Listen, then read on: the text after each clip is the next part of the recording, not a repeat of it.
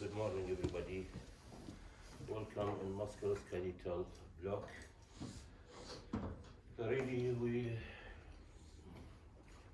should have the principles of fracture, which is previously we gave it in 6 lecture. We should give it in 4 or 3 hours. Okay, so I will concentrate on the important points. Okay.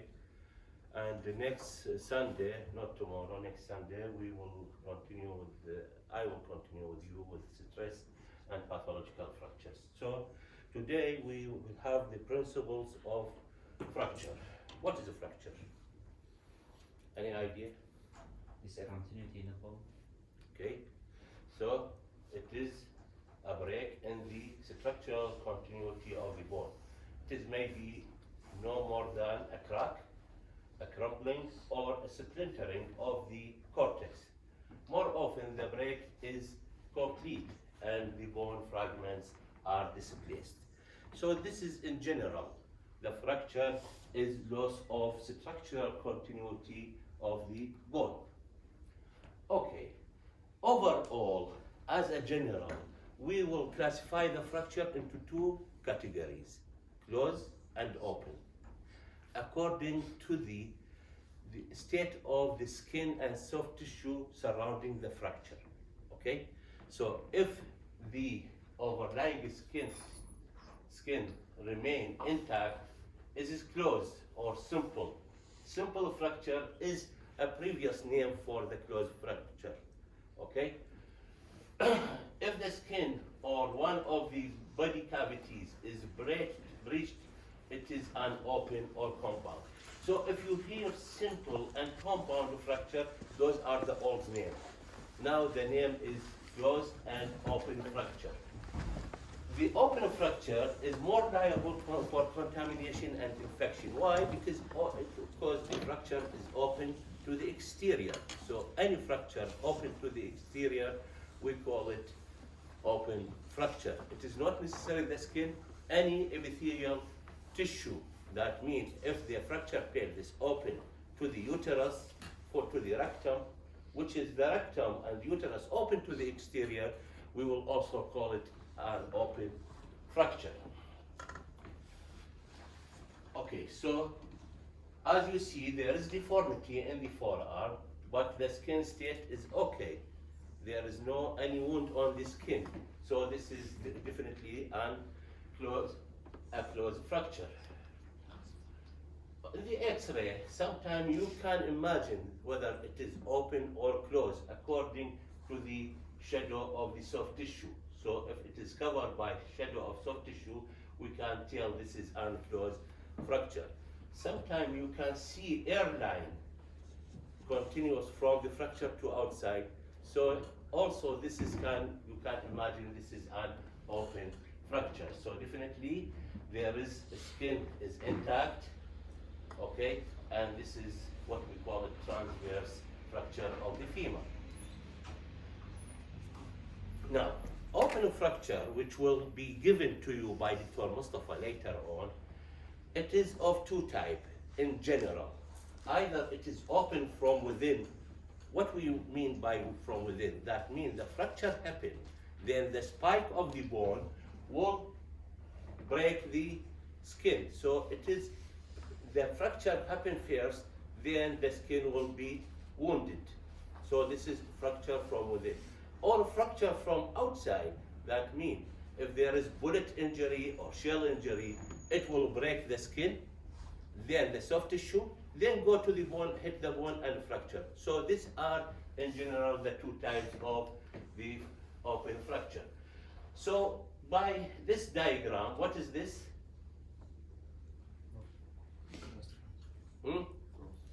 Definitely this is closed, while this is open and the closed fracture. So this is the way that if you see a wound, never mind the bone is exposed or not. Sometimes in the thigh, the bone is open but not exposed by the wound, okay? So we will consider open fracture. How fracture happen? The bone is relatively brittle.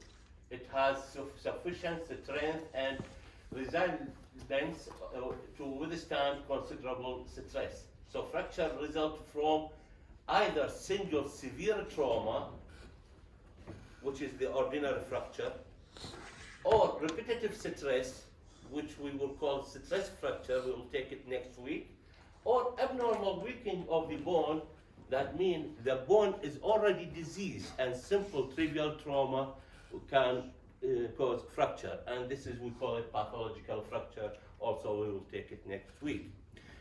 So in general, either it is severe trauma or repetitive minor trauma, thousands of minor trauma per day, stress fracture, or a trivial, very simple trauma in a diseased bone, what we call it pathological fracture. Okay, so today we will consider the classical or the fracture due to injury. The most fractures are caused by sudden and excessive force, which may be tapping, crushing, bending, twisting, or pulling. Whatever the force, the force might be direct force or indirect force. So usually it is severe force. With a direct force, the bone breaks at the point of the impact. What does it mean? When I hit the forearm in this way, okay, so where is the fracture will happen? At the site of impact, here. This is direct force. So the direct force will cause two types of fracture, either transverse fracture or comminuted fracture. Transverse fracture, that means the line of fracture is transverse with the bone. Comminuted fracture, that means there are more than 3 pieces of fracture. So this is transverse fracture. This is transverse and a little bit comminuted. Definitely this is comminuted fracture. When I said more than 3, that means the main piece is also considered. This is 1, this is 2, okay? 3, 4, 5, 6, 7, 8, whatever. Okay? This is also picture of comminuted fracture. With indirect force, that means the force will happen in a place in the body, but the fracture will happen away from the site of impact. When an indirect force, the bone breaks at distance from the force is applied. Soft tissue damage at the fracture site is not inevitable. The force may be twisting. So this is twisting force. And twisting force will lead to what we call it spiral fracture. The shape of the bone will be like the spring, spiral fracture. Or bending, which causes transverse fracture. Bending, when you catch a stick like that and you bend it, where's the fracture will happen? In the mid of the stick. So this is also indirect force leading to transverse fracture. So we saw the transverse fracture. This is the spiral fracture. That means the fracture line will not go in a single plane. It will be twisted or it will be spiraling.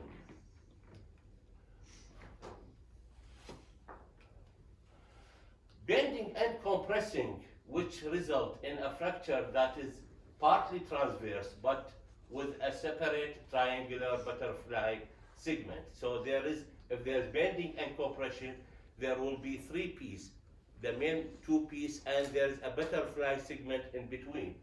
A combination of twisting, bending, and compressing which cause a short oblique fracture, and you should differentiate between the spiral and the oblique fracture. Pulling, in which the tendon or ligament pulls the bone apart, and this will call it a valsed fracture. Now, differentiate between, this is what we call it spiral, but this is what? This is the oblique one. Why? The oblique in one plane, the direction of the fracture is in one plane, while in the oblique, in the spiral, sorry, it will go in different plane like the spring. This is what we call the butterfly fracture. So the fracture begin transverse, then the force will go up and downward and will lead to this separate segment like the butterfly, and we call it, this is not comminuted. We said more than 3 pieces, the comminuted. This is 1, 2, 3. More than 3, if it is 4, it will be comminuted structure.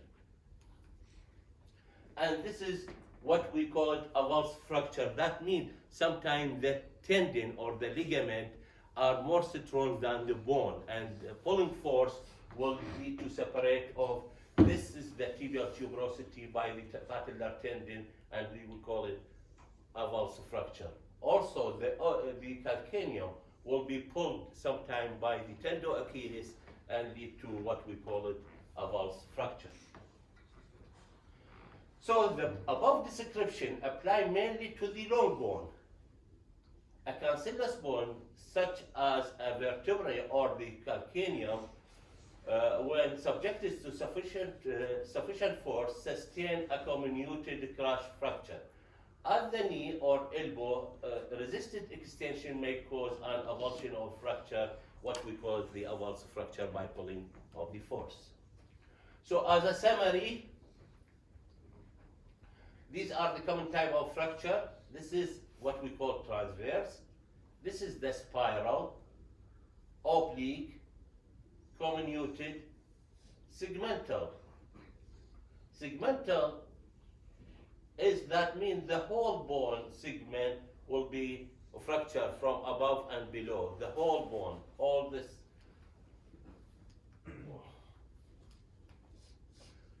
This is more obvious, transverse, oblique, butterfly, spiral, comminuted, and segmental fracture. Now, fatigue fracture, we said this is a repetitive thousands of trauma, minor trauma per day will lead to fatigue or stress fracture. We'll take it next Sunday, sorry. This is the picture of the stress fracture. That means there is a line of fracture and there is callus formation. Mean the stress fracture, the breaking process and the healing process will go together. Pathological fracture, that means the bone is already diseased and minor trivial trauma will lead to fracture. We call it pathological fracture. So this is what you can see here. There's a cyst in the bone and there is a fracture. Also, this is a cyst in the bone, radiolucent area in the bone, and the fracture happened within it. So this is what we call it, what? Pathological fracture. This is a bone or Paget disease, which is disease not common here in our locality, and there is a fracture here, what we call it pathological fracture. Now, we said that the fracture roughly either closed or open. Also, we classify the fracture according to its shape. We said this is transverse, this is oblique, this is spiral, avulse, so on. Okay. Also, according to the complete or incomplete, maybe the fracture is complete and displaced, or it is just a crack. That means one cortex intact, the other is not intact. So there is complete fracture, and usually the complete fracture will be displaced, like this. This is what you can see. What is this type of fracture? Butterfly, very good. So it is closed and it is butterfly. This shadow, you will see it in the clinical. This is we call Thomas splint, which is temporary immobilizer for the fracture in the casualty, in the ER room. And what is this? Very good. Comminuted. More than 3 pieces. 1, 2, 3, 4, 5, 6, 7, 8. Okay? Or incomplete fracture. Incomplete fracture usually happen in children. In children, what we call it green stick fracture. What is green stick fracture? That means when you take a green stick and you broken it, it will be broke, but it will be attached because the layer, the outer layer of the stick is very strong and malleable, so you cannot separate it. It will be broke but will be attached.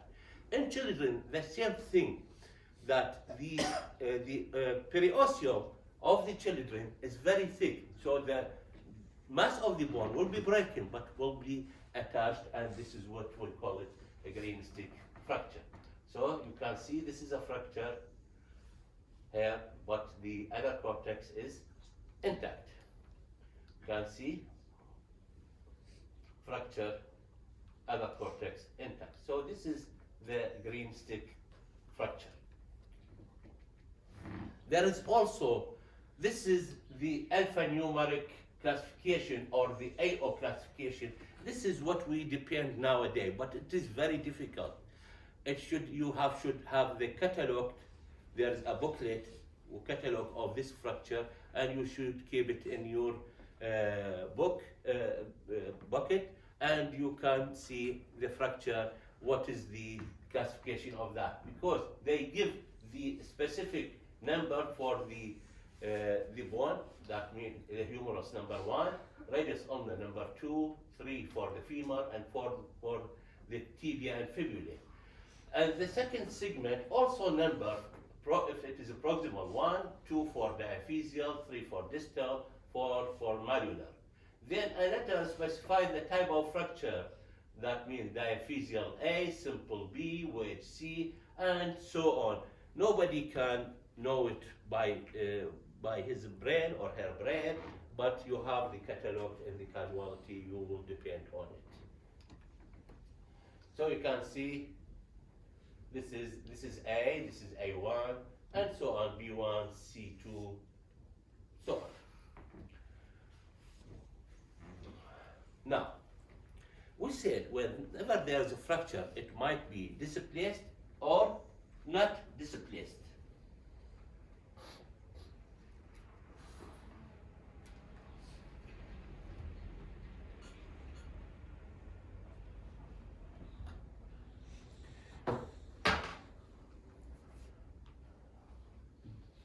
How displacement happen? Displacement happen by pulling of the muscle and by the gravities. There are many factors lead to displacement, but the types of displacement are many. The first one is a position shift. That means the fragment may be shifted sideways, backward, or forward in relation to each other, such that the fracture surface loss of the contact. The fracture surface will be usually unite even if the opposition is imperfect, or indeed even if the bone end lies side by side, with the fracture surface making no contact at all. Now, you have this bone, and this is a fracture happening, so this is not displaced. You have this bone, fracture happened in this way. So this is what? Shift. This is sideways shift. And this shift, okay, is mild one. This is mild. Now,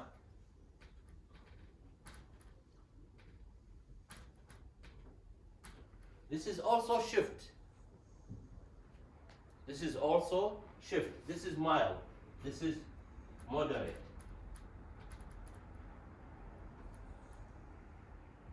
Okay? So the mild, still the pieces are opposed to each other, but not perfectly. The moderate, there will be no opposition, but the medial cortex of one piece will attach to the lateral cortex of the other piece.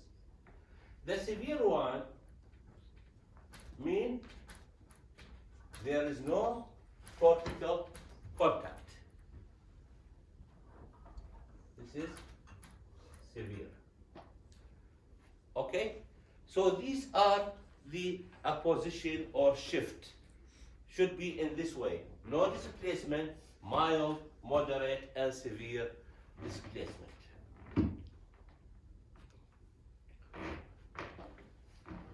So what is this?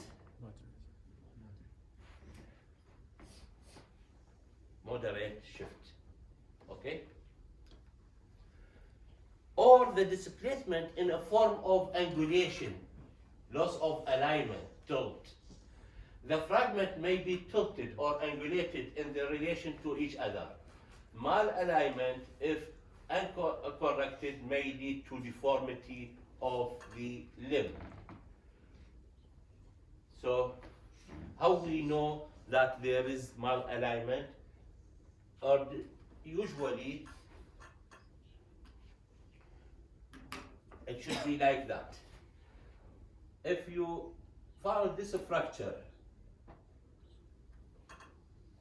you will take a perpendicular line in the middle of that piece and another line in the distal piece.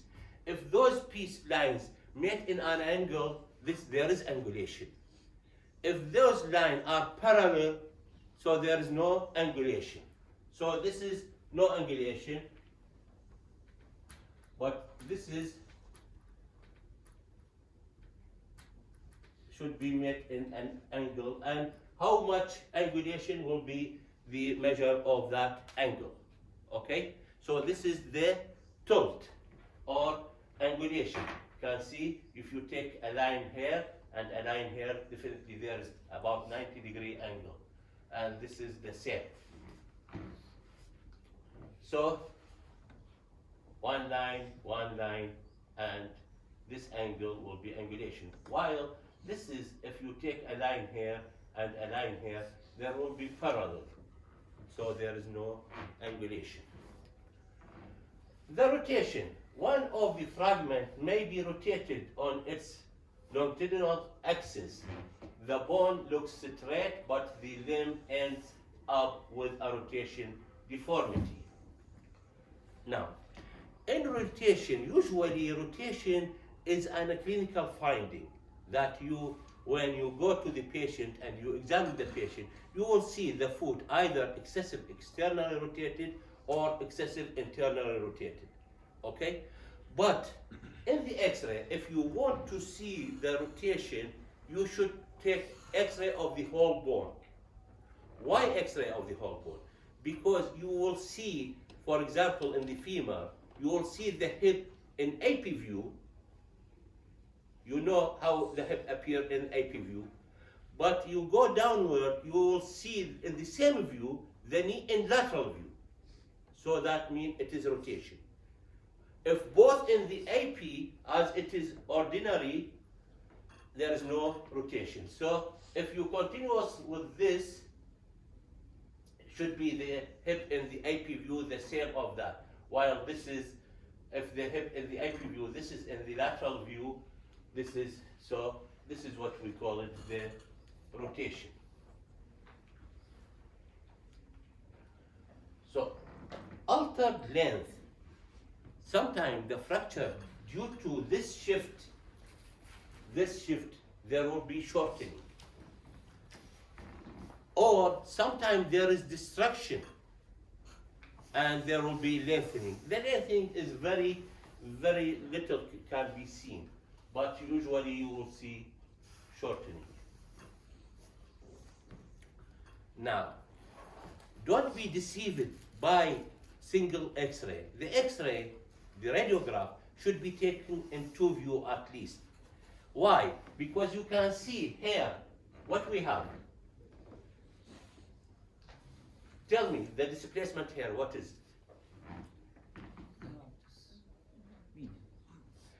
it? If I'm in your stage, I will say it mild. So see the lateral view. Not only only overlapping or moderate or maybe severe, or this is moderate because there is attachment. There is angulation also. Okay? So single X-ray, one view X-ray is deceiving sometimes. Please always order AP and lateral view at least. So this is summary of the displacement: angulation, rotation, shift, angulation, rotation, shortening, and destruction. So this is the shift, and the shift always when you describe the shift or angulation, describe the distal piece, not the proximal piece. You understand this? No. Now, this piece where is going? Lateral or medial? Lateral. And this, Medium. so when you describe, say, medial displacement for the distal one, not the proximal one. Okay? Lateral displacement. This is angulation. This is also angulation. This is rotation. This is what I mean. The hip in the AP view should be like this. Okay? And the knee like that in the AP usually. If you see the hip in the AP view like ordinary AP view, while the knee in lateral view, so there is a rotation. This is the shortening and this is the lengthening. How fracture heal? And what is our job in healing of the fracture? Because what is the age of the humanity? Maybe 200,000. 10,000? Maybe.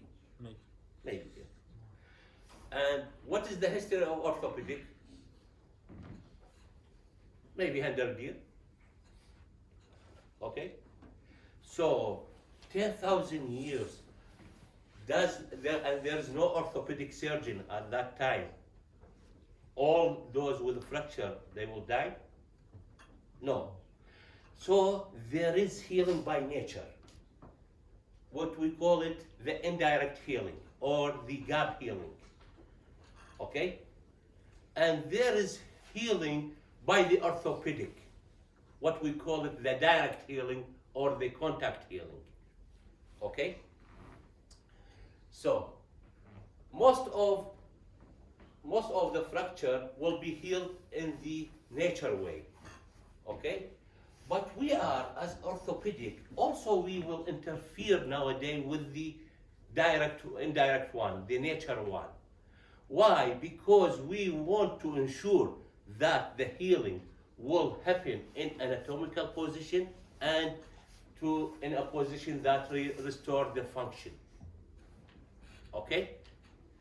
Even will be by nature, but at least we are manipulate to get the fracture site in its position. So we splint most of fracture not to ensure union, but to alleviate pain, to ensure that union take place in a good position, to permit early movement and return to function. This is our job. The process of fracture repair varies according to the type of bone involved and the amount of movement at the fracture site. In tubular bone and in the absence of the rigid fixation, healing process will happen by nature in 5 stages. These stages are tissue destruction and hematoma formation, inflammation and cellular proliferation, callus formation, consolidation, and remodeling. So if we don't interfere, the healing will happen in those 5 stages. Okay? Tissue destruction and hematoma formation, inflammation and cellular proliferation, callus formation, consolidation and remodeling. Now, the first one, whenever a fracture happens, there will be tissue destruction. The soft tissue, the bone, are destroyed. Vessels are torn and hematoma form around and within the fracture. Bone at the fracture surface deprived of blood supply and dies back for a millimeter or two. Okay? Deprivement of the blood supply of the end of the fracture because of the vessel injury will lead to death of the 1 millimeter at the end of the fracture. So this is so that we always said don't operate on the fracture at the same day. Why? Because we want to get use from the hematoma. Why the hematoma is important? Hematoma is important because it is full of cells, non-specialized cells. Do you know what are the specialized cell and non-specialized cell? Yes? Osteoblast is a specialized cell? Non-specialized cell. So what is the specialized cell of the bone? Osteocyte. Okay? Osteoclast and osteoblast are non-specialized cells. So even the bone will give us the non-specialized cell, which is the osteoblast. Also, the bone will get benefit from the macrophage. The macrophage, also non-specialized cell, will turn to what? To specialized one, which is the osteocyte. Now, the second stage is an inflammatory stage, and this is why we are forbidden to give non-steroidal anti-inflammatory drugs for the patient with a fracture. Okay? Give analgesia like paracetamol, okay? Or narcotic analgesia if there is severe pain, like morphine, pethidine. But never give non-steroidal anti-inflammatory drugs within the first 2 weeks because you will stop one of the normal process of the bone healing, which is the inflammatory stage. And whenever there is an inflammation, that means there is a fight inside the body, okay? Whenever there is inflammation, there will be chemotaxis. So this site will chemotactic the macrophage and the other cell from far away to come to this area we are needing you to bolt the bone by forming the osteocyte. Then after that 10 to 14 days, there will be a new bone formation, and this is a very spongy bone, and even if you see it, you will see it is a red bone. We will call it callus formation. So callus formation, which is a woven bone, will happen 10 to 14 days after the fracture. This is the callus formation. Then after that, the callus formation mean whenever there is callus, mean the bone is united. The bone is united. But does it complete healing? No. Because if you leave it and you get the splintage away, there will be deformation maybe. So the complete healing will be what we call it consolidation. That means there will be continuing osteoblastic activity. The woven bone is transferred to lamellar bone. The system is now rigid enough to allow osteoclast to burrow through the debris of the fracture line, and there will be a new bone. New bone formation will be a rigid bone. So this is the complete healing. But we have another stage, which is remodeling. That means sometime when you take X-ray to the fracture, you will see it is united but deformable. There is swelling, there is something mass of bone.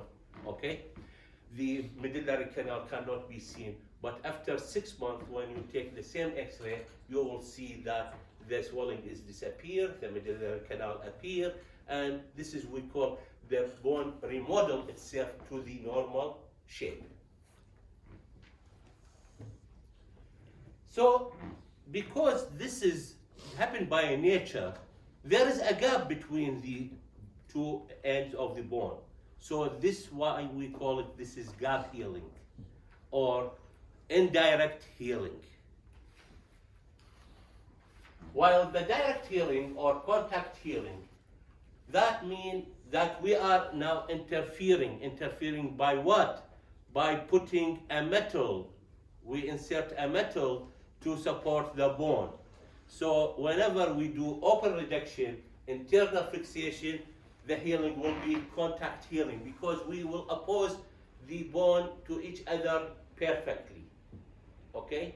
So the body will depend on the metal you are inserted in the bone, so there will be no callus formation. Direct bone healing. There is no gap. Contact healing.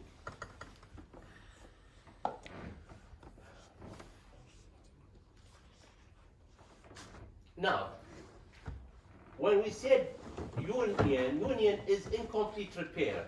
The callus is classified clinically, the fracture calcified, sorry.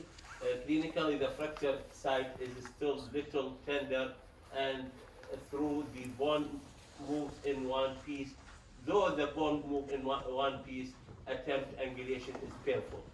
X-rays show the fracture line is still clearly visible with fluffy callus around it. Repair is incomplete, and it is not safe to subject the unprotected bone to a stress because it will be displaced again. While the consolidation is complete repair, the calcified callus is ossified. Clinically, the fracture site is not tender.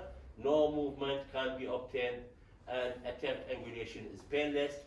X-rays show the fracture line to be almost obliterated and crossed by bone trabeculae, with well-defined callus around it. Repair is complete and further protection is unnecessary. So whenever the bone consolidation, we can remove the support of the bone. Every fracture for healing, we have timetable, but this is roughly speaking. It is not usually at the same. So how long does the fracture take to unite and to consolidate?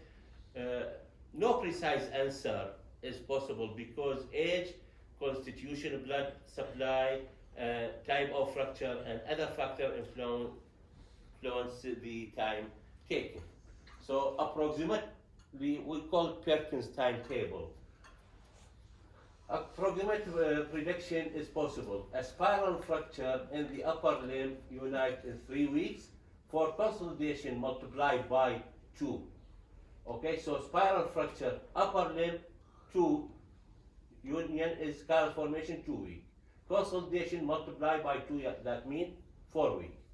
For lower limb, multiply by 2 again. So it will be 8 weeks. Okay? For transverse fracture, multiply again by 2. It will take 12 weeks.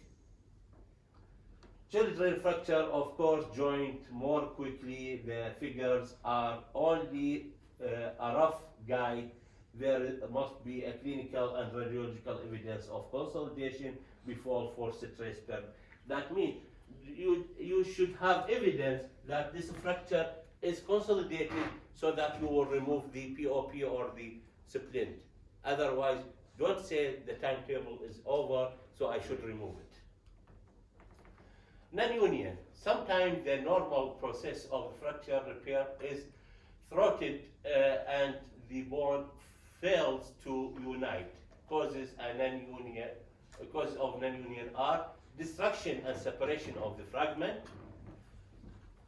Big destruction. When we said there's gap, that means few millimeters. But if it is over 1 or 2 centimeters, there will be difficult to gapping this and bridging this space. Interposition of soft tissue between the fragment, that means muscle, come inside the fracture site. Excessive movement at the fracture line and poor local blood supply. So you can see there is callus formation, but still the line is not obliterated. That means this is non-union. Healing, there is process of healing, but not bridging the gap.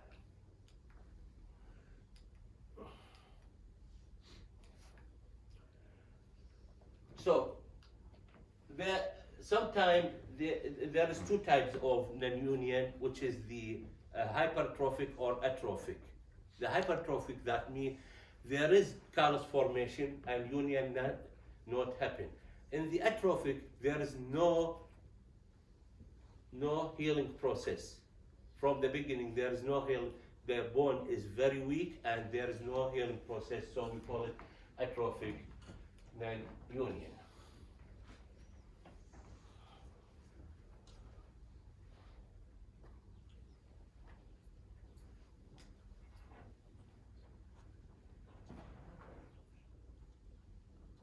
Can we take a rest? Sure.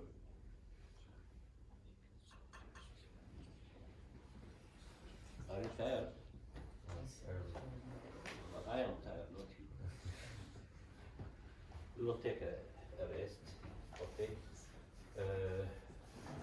At 9 o'clock, we will take a rest for 15 minutes, okay? At night. At 9. Jada. Garajani. That's okay, sir. Perfect.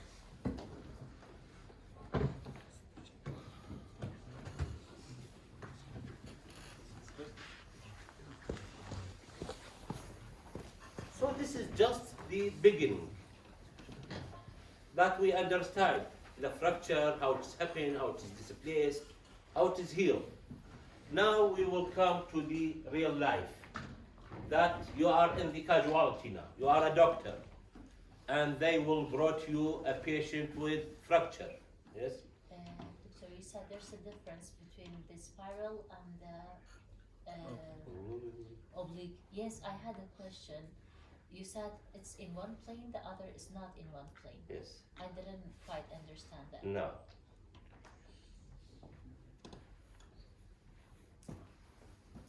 This is what? One plane, Yes. and this is what? One plane. Another, yeah, So if both happens, this is what? spiral. This is two plane. Yeah. Okay? So the spiral is like that. You saw the spring before? Spring. Yeah.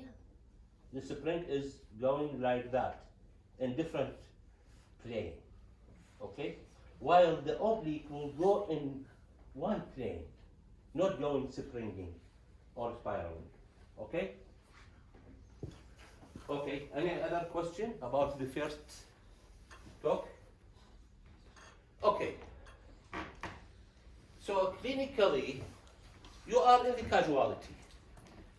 Please don't forget that when you are in the casualty, you are in the ER room, the ATLS is the priority. Because most of your patients coming with a fracture are major trauma, car accident, fall from a height, sport trauma. Okay? So that those accidents might associated with another injuries.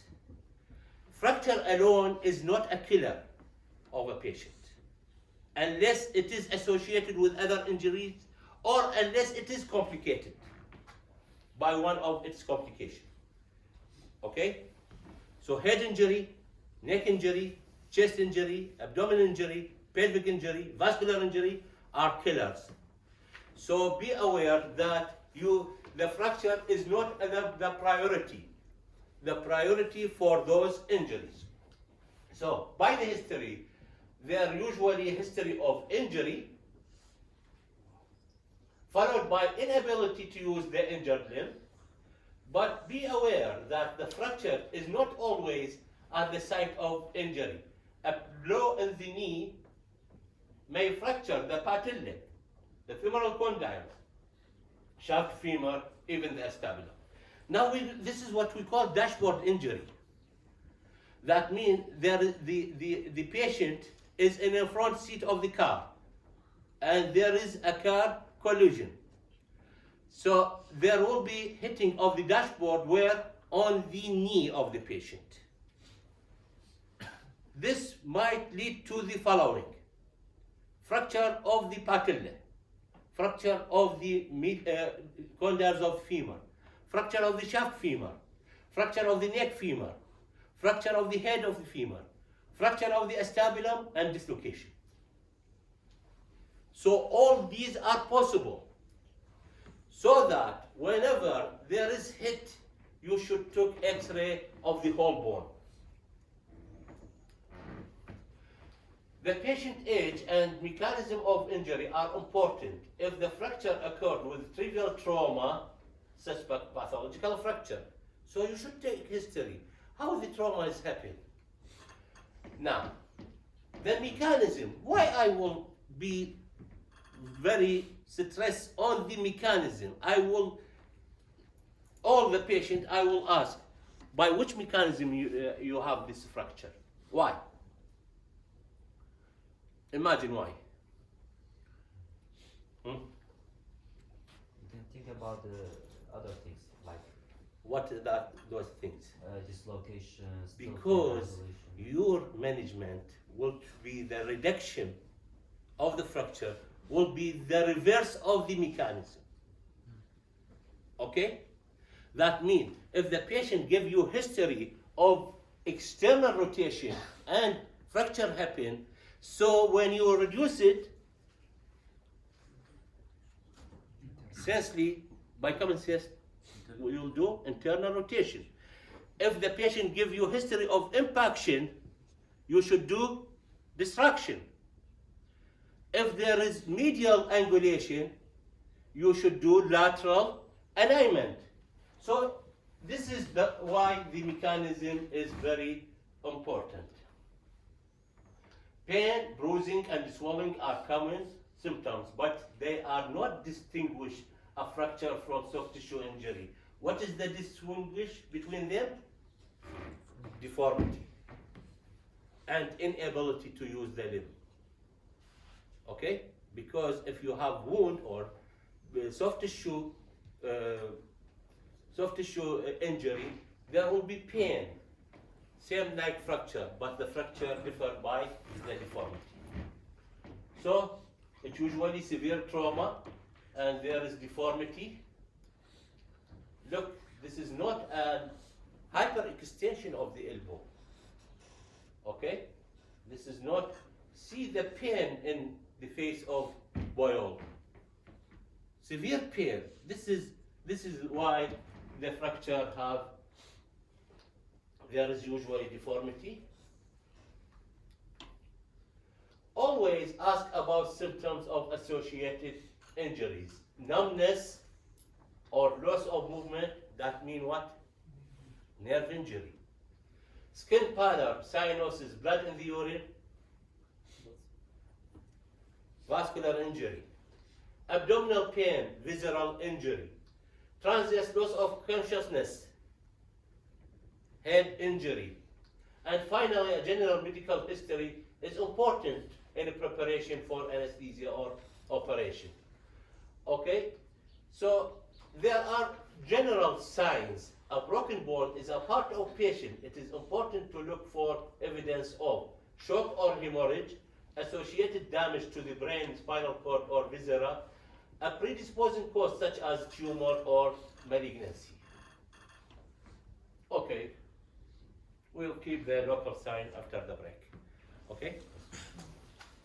So we will start by 9:15. Okay? Great.